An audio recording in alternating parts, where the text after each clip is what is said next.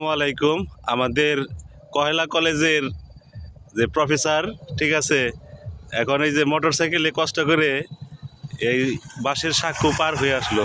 তো আসলে আপনি যে এখান দিয়ে সাঁকো পার হয়ে আসলেন, যদি এখানে একটা ব্রিজ হইতো তাহলে কেমন হইতো, আর আপনারা কতটুকু আশাবাদী? আসসালামু আলাইকুম।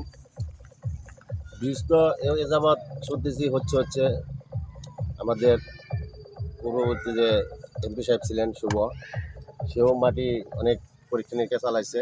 কতদূর কী হয়েছে এ পর্যন্ত জানা নাই। তো আগামীতে যদি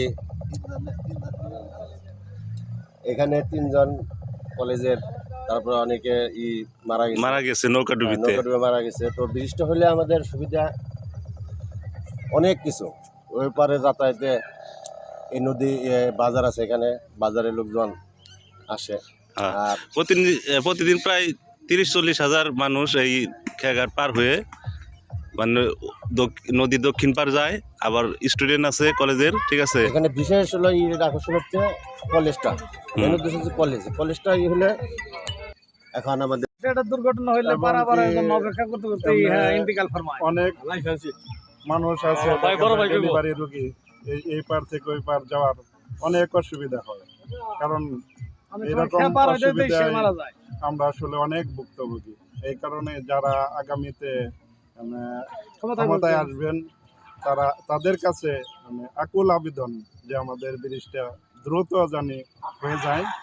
আমরা দোয়া করি যে আপনারা ভালোভাবে সুন্দরভাবে দেশ পরিচালনা করেন এবং কি আমাদের মনের আকাঙ্ক্ষা পূরণ করেন।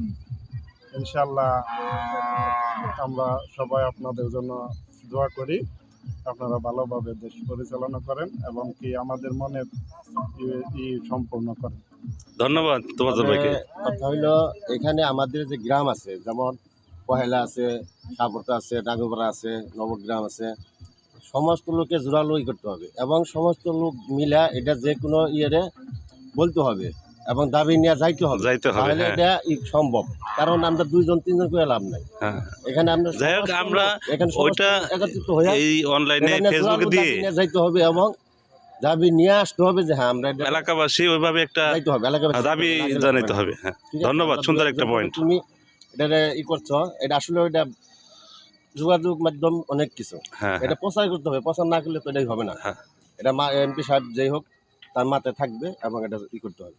ধন্যবাদ মিডিয়াকে।